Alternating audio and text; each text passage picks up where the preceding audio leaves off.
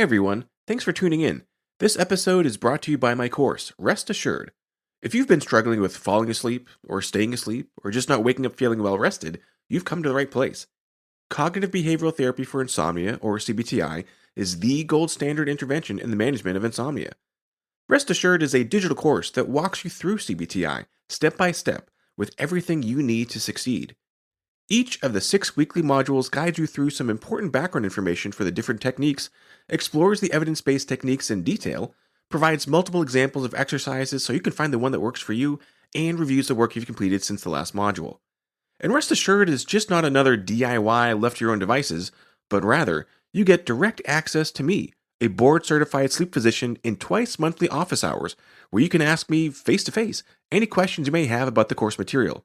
So check out www.wellrestedmd.com/RA to learn more.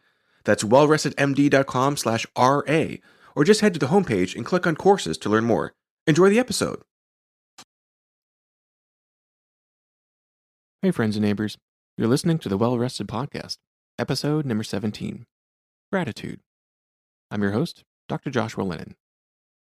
It's Thanksgiving week, and I'm so grateful that of all the ways that you can spend your time, you've lent me your ears for these brief moments.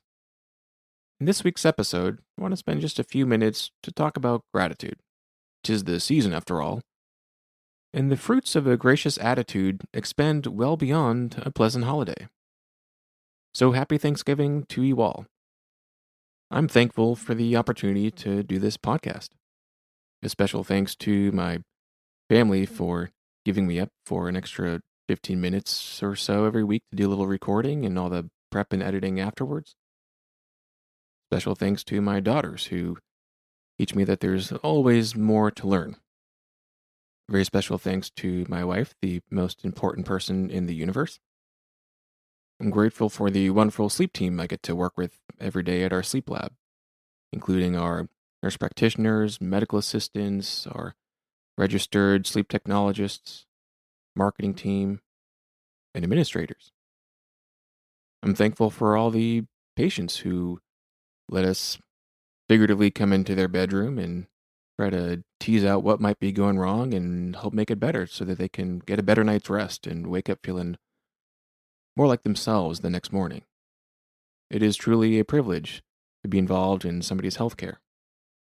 I'm grateful for all the students, trainees, residents, and fellows at the university for the opportunity to participate in their education, to have a little say in shaping what kind of healthcare providers they will become.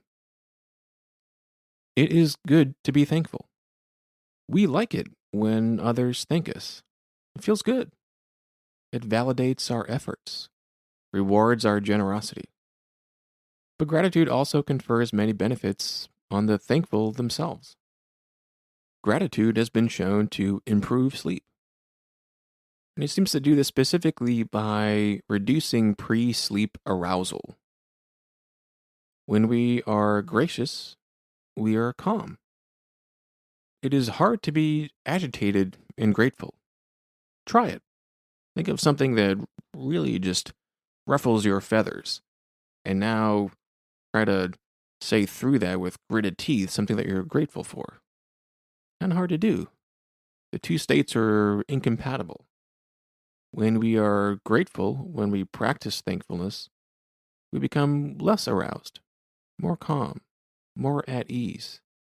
And the less aroused we are, the more calm we feel, the easier it is to transition into sleep. Gratitude has been shown to improve daytime energy and total sleep time.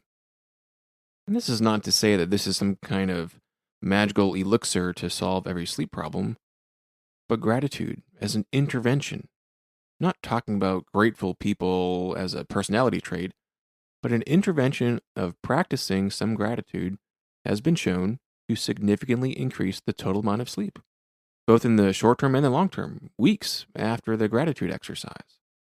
Gratitude improves quality of life. It has been shown to reduce chronic pain. Gratitude as an intervention has been shown to reduce the severity of pain for those with histories of osteoarthritis, the most common type of joint pain, like for back and knee and shoulder pain, and in those with fibromyalgia and headaches. Gratitude has been shown to improve well being. It improves life satisfaction. Scales of self rated wellness get better after an intervention for gratitude. The same studies actually show that blood pressure is better. Our autonomic unconscious nervous system is more calm when we practice gratitude as an intervention, not just as a trait. Gratitude reduces depression and anxiety.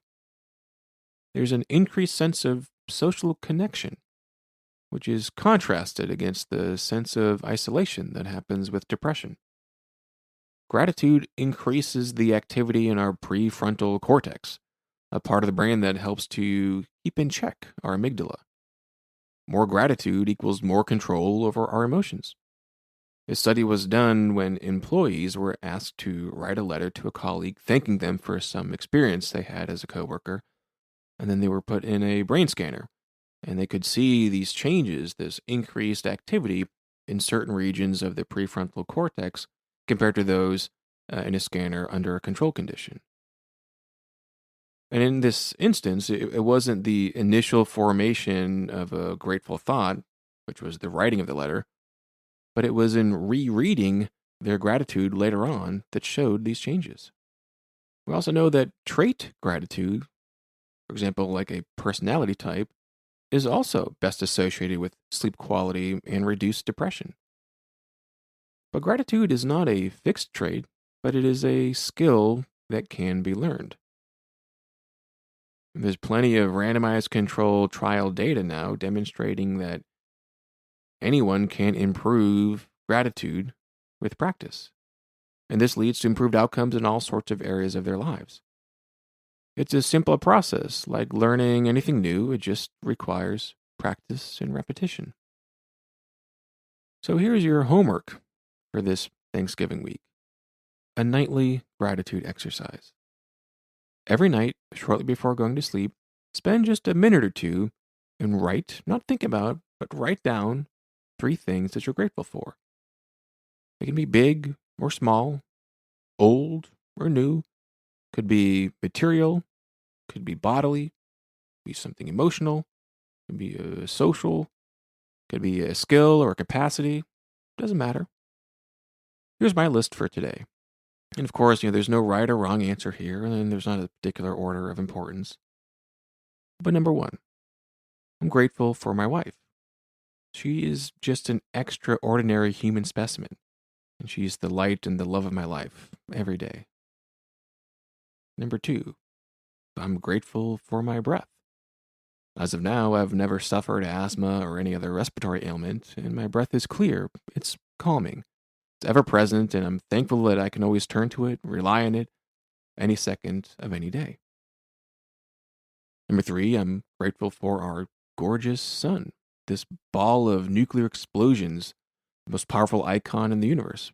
Rain or shine, happy days or sad, brings our planet warmth, feeds our plant life, gives us seasons, days, nights. Its reflections echoing across our solar system have given us a cosmic perspective that is ever mind-bending. What are you grateful for?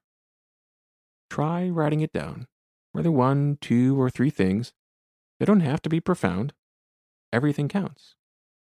Enjoy your holiday. Happy Thanksgiving, everyone, and thank you for listening.